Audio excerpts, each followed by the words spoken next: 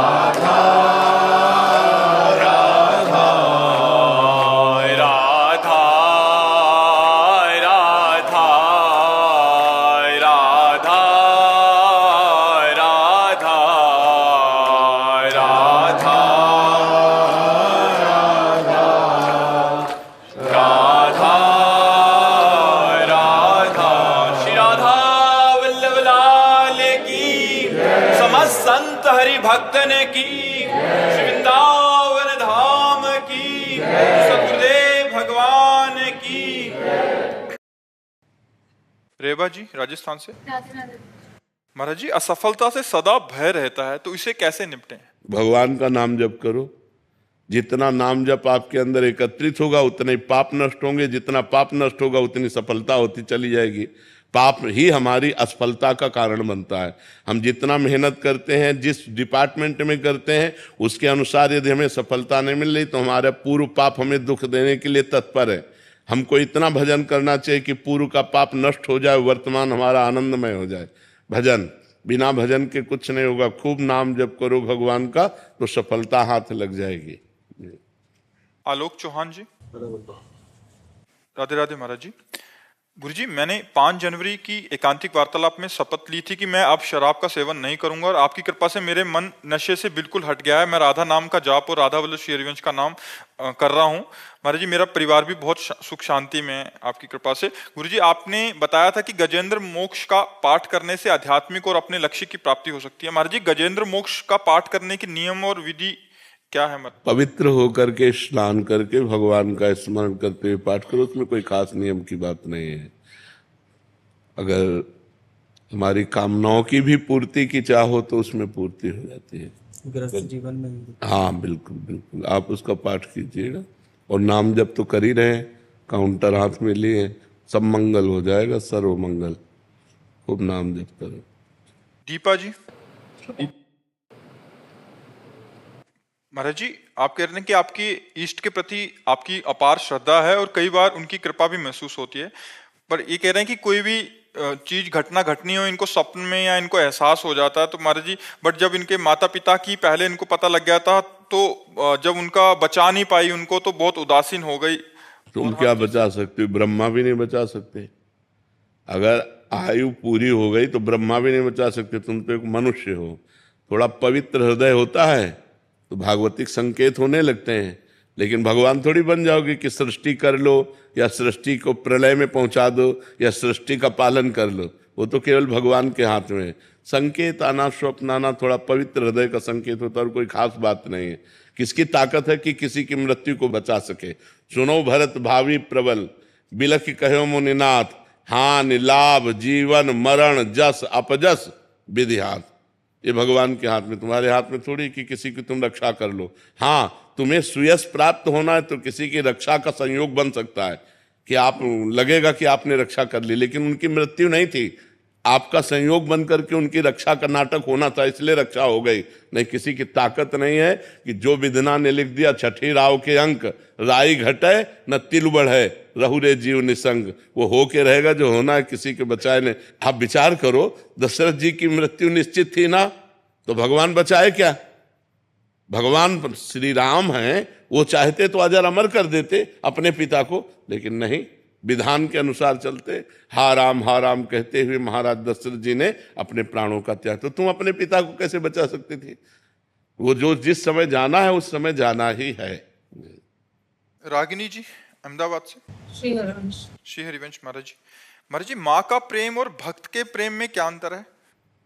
माँ का प्रेम स्वार्थ के वशीभूत होता है, मेरा बेटा, और भक्त का प्रेम विश्व को वैसे ही प्यार करेगा जैसे माँ अपने बेटे से करती है। जो उदार चरिता नाम वसुधैव कुटुंबकम, जो भक्त होता है उदार हृदय का होता है। वो सर्वे भवन्तु सुखिना सर्वे सन्तु निरामया सर्वे भद्राणि पश्यन्तु माँ कश्चित् दुर्भाग् भवेत्। जैसे माँ केवल अपने बेटे को चाहती है, मेरा बेटा स्वस्थ रहे, मेरा बेटा छका रहे, मेरे बेटे को खूब भोग सुख मिले, और संत चाहते हैं पूरा संसार सुखी रहे, पूरा संसार दुख रहित रहे, पूरा संसार शांत रहे, पूरा संसार आनंद रहे। तो माँ अपने बच्चे से मोह करती है और संत पूरे जगत से प्रेम करता है। संत और माँ की जोड़ हो ही नहीं सकती, क्योंकि माँ केवल अपने बच्चे से प्रेम करती है और संत सबके बच्चों से प्रेम करते हैं, सबसे प्रेम करते हैं, चराचर जगत से प्रेम करते हैं, सबको भगवान का स्वरूप मानते हैं। पर महाराज जी, माँ अपने बच्चे के लिए जान भी देने को तैयार है। मोह में कौन सी जीव नहीं कर देता? मोह में क्या नहीं हो जाता? जब मोह हो जाता है दो लड़का लड़की से, तो दोनों जहर खा के मर जाते हैं। कोई बलिदान हुआ क्या? दूसरे के बच्चे बचाने के लिए अगर बलिदान देती तो हम उसको मानते हैं। दूसरे का बच्चा प्राण जा रहा था, उसने अपने प्राण दे दिए तो हम उसे नमस्कार करते, उसे प्रणाम करते। अपने बच्चे के लिए तो जीव जंतु भी मरने के लिए तैयार है। एक सांप जा रहा था कुतिया के बच्चे के लिए, कुतिया ने जा करके ऐसे, तो सांप ने उसे काट लिया, वो तड़प करके मर गई, लेकिन अपनी जिंदा होने में अपने बच्चों को हानि नहीं होने दी। ये मोह तो हर जीव में अपने बच्चों का है कि नहीं है?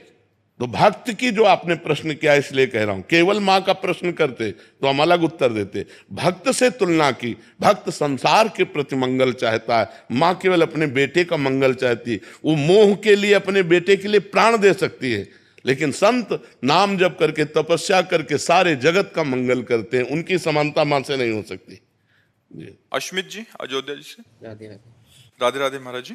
महाराज जी, आत्मा, लीला और ब्रह्मानंद, इन तीनों के मध्य क्या अंतरंग संबंध है? क्या आत्मा का ब्रह्मानंद में लीन हो जाना ही पूर्णता है, या वह लीला स्मरण व सेवा के माध्यम से आनंद को और अधिक? दो अलग अलग मार्गों के प्रश्न हैं।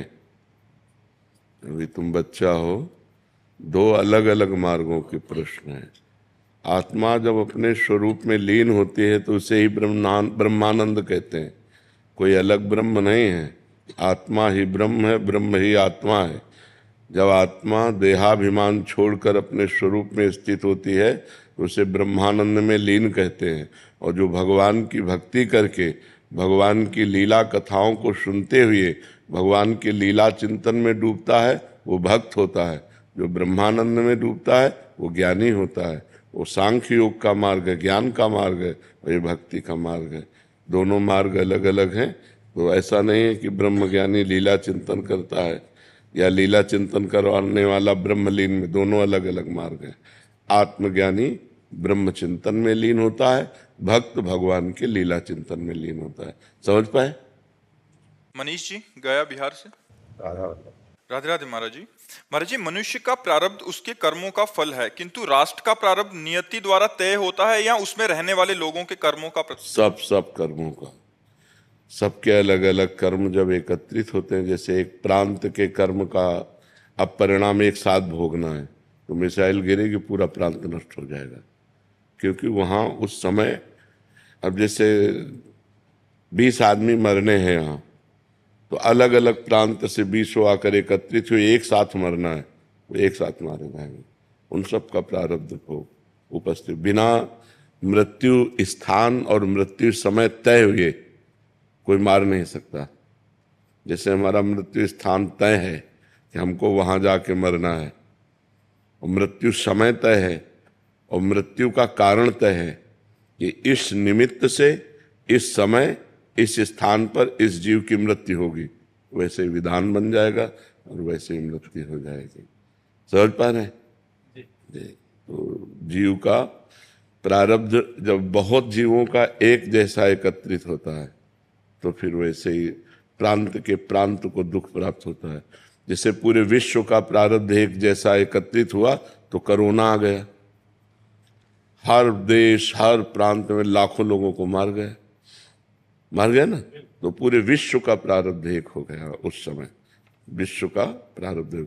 अब जैसे पूरे परिवार का प्रारब्ध एक हो गया, तो एक आदमी ने गलत काम किया, पूरा परिवार पीड़ित हुआ, रिश्तेदार नातेदार सगे संबंधी सबके डंडा चले, कहाँ है बताओ। तो एक आदमी का पूरा प्रारब्ध जब और प्रारब्धों से मिला तो वो संयोग बना करके ऐसे कष्ट दे देता है। बिना निजकृत कर्म के कोई दंड नहीं दे सकता है। हमारे कर्म जब जुड़ेंगे तभी हमको कष्ट मिल सकता है, अन्यथा नहीं मिल सकता है। महाराज जी, भौगोलिक क्षेत्रों का विस्तार कैसे नीति से तय है? जैसे भारत का पहले गुप्त युग में बहुत बड़ा था, अभी पहले पूरा भारत ही था और कुछ नहीं था। अजनाब खंड कहते थे, चक्रवर्ती सम्राट, जहां से सूर्योदय होता है जहां से सूर्यास्त होता है, एक देश था केवल। अलग अलग द्वीपों का जो विभाग हुआ, महाराज ऋषभ देव जी ने अपने पुत्रों को विभाजित किया, 9 द्वीप। फिर उन द्वीपों का 9 विभाग हुआ। फिर धीरे धीरे धीरे धीरे भारत का और विभाग हो गया, पाकिस्तान बांग्लादेश और विभाग हो गया। नहीं तो पूरा विश्व भारत देश था। पूरे विश्व का एक ही राष्ट्र का, पूरे विश्व का एक सम्राट होता था। छोटे छोटे राजा अलग अलग प्रांतों के होते थे, वो कर लेकर के राजा को देते। जैसे चक्रवर्ती सम्राट महाराज दशरथ, चक्रवर्ती सम्राट महाराज युधिष्ठिर, सब धनुष की नोक पे सबको झुका करके जो विश्व में आगे बढ़े उसे सम्राट कहते हैं। तो वो सम्राट बादशाह होता था और बहुत से राजा उसकी सेवा में उपस्थित होते थे। तो पूरे विश्व का एक ही, भारत पूरा विश्व है। हमारे शास्त्रों में पूरे विश्व का, जैसे भगवान ऋषभ देव तो पूरे विश्व के शासन करता थे, उसमें कोई और नहीं था, सब अधीन थे। अब धीरे धीरे धीरे जैसे समय आया तो भगवान ऋषभ देव ने अपने 9 पुत्रों को बांटा, 9 द्वीप। फिर एक द्वीप के 9 द्वीप हुए, 9 विभाग हुए, फिर उनके राजा हुए। फिर एक एक द्वीप, जैसे अपना जम्बू द्वीप है तो जम्बू द्वीप के विभाग हो गए, तो ऐसे विभाग होता चला गया। अच्छे बुरे, अभी आप कह रहे थे अच्छे बुरे सब उसी में मारे जाते हैं, एक ही उस आज अच्छे हो, लेकिन कर्म आपका बुरा पीछे का जो संयोग लाया है उसे तो आप नहीं जानते ना। तो अभी जैसे अच्छा कर्म आप कर रहे हैं तो ये अभी नई खेती है, ये आपको आगे फसल देगी, लेकिन आपने जो पूर्व में किया है उसको तो भोगना पड़ेगा ना।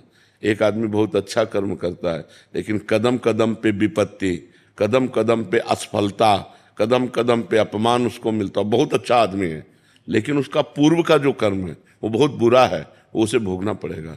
अच्छा कर्म आज का है लेकिन बुरा कर्म पूर्व का है, उसे भोगना पड़ेगा। अवश्य में भोक्तव्यम कृतम कर्म शुभाशुभम। इसीलिए तो मनुष्य जन्म इसलिए मिला है कि हम पूरे हिसाब को बराबर कर दें, भजन के द्वारा, तपस्या के द्वारा हम अपने पापों को नष्ट कर दें, आगामी ऐसे कर्म करें कि हमें दुख न मिले, हम भगवान को प्राप्त हो जाए, हम उत्तम लोगों को प्राप्त हों। पर इन विषयों पर विचार कौन कर रहा है? इस समय तो वर्तमान में धन चाहिए, भोग चाहिए, मनोरंजन चाहिए, चाहे जैसे हो, पाप कर्म से हो या पुण्य कर्म से, इससे कोई मतलब नहीं रह गया। आज के समाज को केवल धन चाहिए, धन चाहिए, नशा चाहिए, भोग चाहिए, मनमानी आचरण चाहिए। कौन सोचता है कि आगे क्या होगा? आगे क्या होगा कौन सोचता है? तो ये सब भोग भोगना पड़ता है जी को।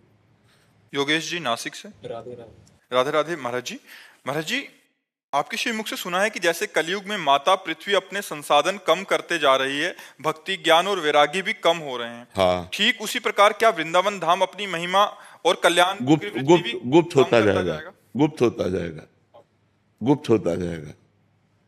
अब आप, जब हम आए थे तब का वृंदावन मात्र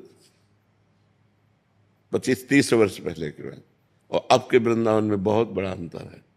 रात्रि में परिक्रमा मार्ग में सोए हैं, किसी का आना जाना नहीं। रज, मोरों की कुहुक मचती थी, जिधर देखो मोर नाच रहे हैं। मार डाला सब बंदरों ने, कुत्तों ने सब मार डाला पक्षियों को। हजारों हजारों पक्षी, कोलाहल सुबह जब होता ना, कोलाहल पक्षियों का होता। कहीं एसी वेसी की कोई जरूरत नहीं थी, बाहर ऐसे तो यमुना जी की शीतल वायु आती थी। अब बड़ी बड़ी बिल्डिंगें बन गई, बड़ा बड़ा। ये जहां बैठे हो ना, ये किलोमीटरों में पूरा जंगल था, हमारा देखा हुआ है। जहां आप बैठे हैं ये जंगल था, सब कट करके निर्माण सब हो गया। अब जब जमीन बेचनी है तो बड़े बड़े पौधों को सब जेसीबी से उखाड़ उखाड़ करके उसे लेवल कर दिया। अब अपने खरीदने वाले खरीदे और बनवाए, सब पौधे हटा दिए। तो प्रभाव तो वृंदावन का, जैसे हमारे हृदय में वृंदावन के प्रति कितना भाव है उतना ही अनुभव हो पाएगा। और पहले जैसे तो हमारे अंदर भाव बन जाएंगे, वो दृश्य देखा, वो भाव देखा तो हमारे अंदर भाव आ गए। अब ऐसा नहीं है, अब आपके भाव जितने उतना लाभ ले सकते हो, अन्यथा नहीं ले सकते। इन बिल्डिंगों से भाव बनेंगे क्या? तमाल कुंज थे, तो हमने देखा तमाल, किसी तमाल को देखो तो लगता था इसके नीचे बैठकर भजन करो। इतने सुंदर सुंदर तमाल के वृक्ष सब कट करके निर्माण हो रहे हैं। तो अब आगे और आधुनिकता बढ़ती चली जाएगी। परिक्रमा मार्ग ऐसा था कि गद्दा में परिक्रमा दे रहे हो, पूरी परिक्रमा दे आओ, तुम्हारे पैर में कहीं कंकड़ नहीं चुभेगा। सब रज, यमुना जी की सब बालू रज, खूब लोटो, खूब आनंद। आज परिक्रमा देना मुश्किल है, ऐसे ऐसे कंक्रीट है जो रोड के है ना, वो एक बार परिक्रमा दे तो पैर छिल जाए। दंडवती तो दे ही नहीं सकते उसमें, बिना वो मैट हाँ, बिना वो लगाए आप दे ही नहीं सकते। बड़ी समस्याएं आ रही। अब देखो, पहले था कि लोग जगह जगह मीठा जल लिए पिलाते थे, हैंड पैप थे, कुआं थे, जगह जगह बड़े बड़े नांद बने थे जिनमें घूमने वाली गौएं पानी पीती थी। गौओं के लिए लोग चारा डालते थे। यहाँ जब कच्चा मार्ग था, गौएं ही गौएं, वृंदावन में गौएं ही गौएं। अब 10-20 गौएं कहीं तुम्हें दिखाई दे तो दिखाई दे, नहीं खुला गौएं, आप खुला गौएं घूमती थी, एक से एक सुंदर गौएं। समय जैसे जैसे परिवर्तित होता जाता है ना, हमारे ब्रजमंडल में मांस, ये प्याज, लहसुन, ये चीजें सब निषेध होनी चाहिए। ये भगवान का परम धाम है। शराब, ये सब चीजें निषेध होनी चाहिए, भगवान का धाम है। इस धाम तो धीरे धीरे बच्चा, अब लोग पिकनिक मनाने आते हैं, संसारिक व्यवहार करते हैं, पाप कमाते हैं, फिर यहाँ से चले जाते हैं। व्रत, नियम, संयम, तपस्या, भजन का धाम है ये व्यभिचार का धाम थोड़ी, गंदी बातों का धाम थोड़ी है। तो अब संसारिकता बढ़ती चली जा रही है। धीरे धीरे धीरे धीरे महिमा तो वैसे ही रहेगी, पर हमारे जितने भाव होंगे उतना ही हम ले पाएंगे। और पहले था कि हमारे अंदर भाव पैदा हो जाते थे। देखो तो वैष्णव की मंडली कीर्तन करे तो भाव नहीं पैदा हो जाए। मोर नाच रहे हैं, कुहुक रहे हैं, लताएं झूम रही हैं, आसपास लताएं हैं, बीच में संत की कुटिया है, संत के पास जाओ, देखते ही वैराग्य और भक्ति। तो वो जो चीजें हैं वो धीरे धीरे सब बदलती चली जा रही है। अगर हम प्राकृतिक लता के नीचे बैठकर यही सत्संग प्रवचन करते होते, कोई लता मान लो बहुत बड़ा बरगद का पेड़, फिर आप उसके परमाणु देखो, तुम्हें बैठते ही एक परमानंद की अनुभूति हो जाए। अभी तो यहाँ मान लो भागवतिक परमाणु है तो शांति मिल रही थोड़ा, नहीं तो ये सब दीवालों से, ईंट पत्थर से शांति थोड़ी मिलती है। अभी लताएं, 4-6 लताएं, उनके नीचे बढ़िया लिपा पोता हो गऊ के गोबर से, और फिर बैठ करके हम प्रवचन करें, आप सुनो, देखो कैसा लगता है। इतना प्रैक्टिकल है प्रभु आप। मैंने बहुत सुना है यूट्यूब पे कई प्रोग्राम से, बहुत मैं आज तक में कई लोगों से मिला हूँ, लेकिन जिस तरह से आप प्रैक्टिकल बताते हैं, बिल्कुल नहीं, उसका हमने देखा, उसका स्वाद लिया है ना हमने। जैसे हम गंगा किनारे रहे, सैनपुर में, कई जगह ऐसी रहे, तो जब लताओं के नीचे मान लो 100 लोग बैठ गए और बिना माइक के ऐसे ही बोल रहे, उस समय जो वायुमंडल बनता है भागवतिक, देखो पूर्व में जहां भी कथा हुई, बोले भगवान शंकर कथा कह रहे, बट वृक्ष के नीचे पार्वती जी और सब गण सुन रहे, काकभूषण जी कथा कह रहे, अलग अलग जहां जहां भी लता पता वृक्ष समुदाय। अब वो सुख जो अध्यात्म का सुख है, अब जैसे 88,000 ऋषि नैमिषारण्य में कथा सुन रहे हैं और सूत जी कथा सुना रहे हैं, उस समय माइक थोड़ी था। कितनी शांति थी कि 88,000 ऋषि एक महात्मा की बात को सुन रहे हैं बिना माइक के। 88,000 केवल ऋषि, शौनक जी आदि 88,000। कितना आत्मबल, कितना अध्यात्म बल प्रवक्ता में था कि 88,000 लोगों के कानों में आवाज जा रही और सब शांत होकर भगवान की चर्चा सुन रहे हैं। तो हमने छक छक करके गंगा जी का जल पिया है, यमुना जी का कमंडल से ऐसे जल पिया है 25-30 वर्ष पहले। यहीं कमंडल ऐसे गए और कमंडल भरा और यमुना जल पिया, ऐसे पिया है। अब आप आचमन नहीं कर सकते। 30 वर्ष में ये हालत हो गई कि आप आचमन नहीं कर सकते। बहुत दिल्ली का तो हाल और ही बुरा। हाँ, तो अब आप देखते जाओ प्रकृति कैसा परिवर्तन करती चली जा रही है। डॉक्टर गौरव मल्होत्रा जी, राधे राधे महाराज जी। महाराज जी, ईश्वर प्राप्ति का सबसे सरल साधन कौन सा है और मार्ग कौन सा है? नाम जप। जिसका भी प्रश्न हो, नाम जप।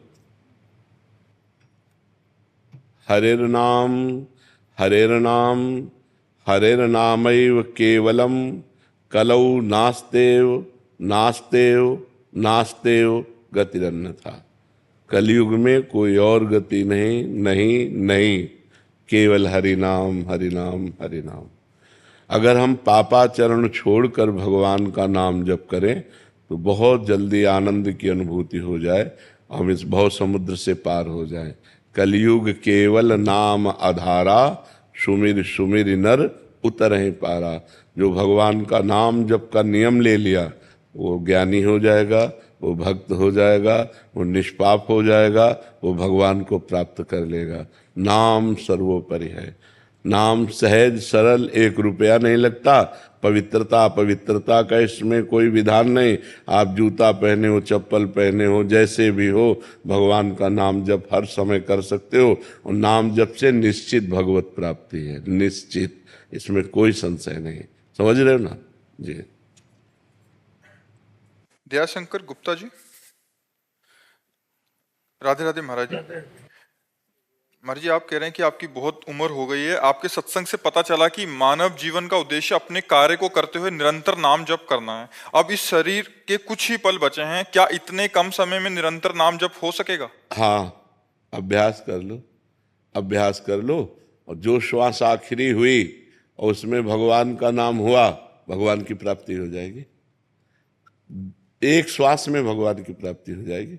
हमने राम कहा, कृष्ण कहा, हरि कहा, राधा कहा, हमारे प्राण छूट गए, हमें भगवान की प्राप्ति हो जाएगी। तो जितनी श्वासें बची हैं, अगर हम अंदर व्याकुलता पैदा हो जाए हमारे अंदर, जैसे खड़वांग जी को पता चला कि अब केवल 48 मिनट जीवन के रह गए, 2 घड़ी, सब कुछ छोड़ दिया और भगवान का चिंतन 48 मिनट में परम पद प्राप्त कर लिया। 48 मिनट में। अभी तो हो सकता है 48 दिन हो, क्या पता अपने कितने है। तो खूब नाम जप करो, इसी से भगवत प्राप्ति हो जाएगी। आखिरी श्वास में अगर भगवान का नाम निकल गया तो बाजी मार ले गए, पूरी जिंदगी में जो किया सब खत्म और भगवान की प्राप्ति हो जाएगी जी। आप द्वारा प्रदत्त राधा नाम जप से क्या मुझे प्रेम की अनुभूति हो सकती? बिल्कुल बिल्कुल बिल्कुल, खूब नाम प्रेम में। राधा नाम तो प्रेम सुधा है। राधा नाम सुधा रसम रसे तुम जिह्वास्त में विह्वला। ये तो प्रेमामृतमय है राधा नाम। जितना जपोगे उतने आपको आनंद का अनुभव होने लगेगा। सिद्धार्थ जी, राधे राधे। श्री हरिवंश। श्री हरिवंश महाराज जी। महाराज जी, आप कह रहे हैं कि आपने दिसंबर 2024 से 6-7 महीने पहले से आपका सत्संग सुनना शुरू किया था, और ये कह नहीं सकते कि इनका कैसे इनकी लाइफ परिवर्तित हो गई। ये न्यूजीलैंड में रहते थे, अभी कुछ समय से फिर वृंदावन ही आ गए सब कुछ छोड़ के, और 24 घंटे दारू के नशे में, और कहते हैं बहुत ही गुस्से वाले इंसान थे, बट आपने लाइफ चेंज कर दी। और कह रहे हैं कि बस एक ही डर है कि क्या हम, ये और इनकी वाइफ को, कि हम यहाँ सर्वाइव कर पाएंगे वृंदावन धाम में, और यहाँ मतलब रहना चाहते हैं, बट कह रहे हैं कि रह लेंगे, इतना सामर्थ्य। हाँ, श्री जी सब व्यवस्था बना देंगे। श्री जी सब कुछ करती है ना। जिसको वृंदावन बुलाते हैं तो सब मन भी लगा लेती है, धीरे धीरे व्यवस्था भी बना देते हैं। हम तो जब वृंदावन आए थे तो ना एक व्यक्ति को जानते थे, ना एक पैसा था, कुछ नहीं। देखो सब कैसे श्री जी ने व्यवस्था कर दी। तो अगर दैन्य होकर वृंदावन धाम आओगे तो आपकी सब व्यवस्था कर देगा, सब मन को भी लगा देगा। सत्संग सुनते रहिए तो सत्संग से बहुत जल्दी वृंदावन में आ सकते। देखो सत्संग का ही प्रभाव है कि आप विदेश छोड़ करके वृंदावन आ गए हैं। हाँ, जो नाम जप करते रहिए और सत्संग सुनते रहिए तो इससे मन शांत रहेगा, चंचलता नहीं रहेगी, भागने का मन नहीं करेगा। कुछ दिन तुम वृंदावन को पकड़ो, फिर वृंदावन तुम्हें पकड़ लेगा, फिर तुम जी नहीं सकते वृंदावन के बिना। ऐसा लगेगा कि नहीं, मैं बाहर नहीं जा सकता, ऐसा लगेगा। जैसे हम लोग हैं ना, जी नहीं सकते वृंदावन के बिना, ये आसक्ति हो जाती है वृंदावन से। अभी तो आप वृंदावन को पकड़ो, फिर वृंदावन आपको पकड़ लेगा।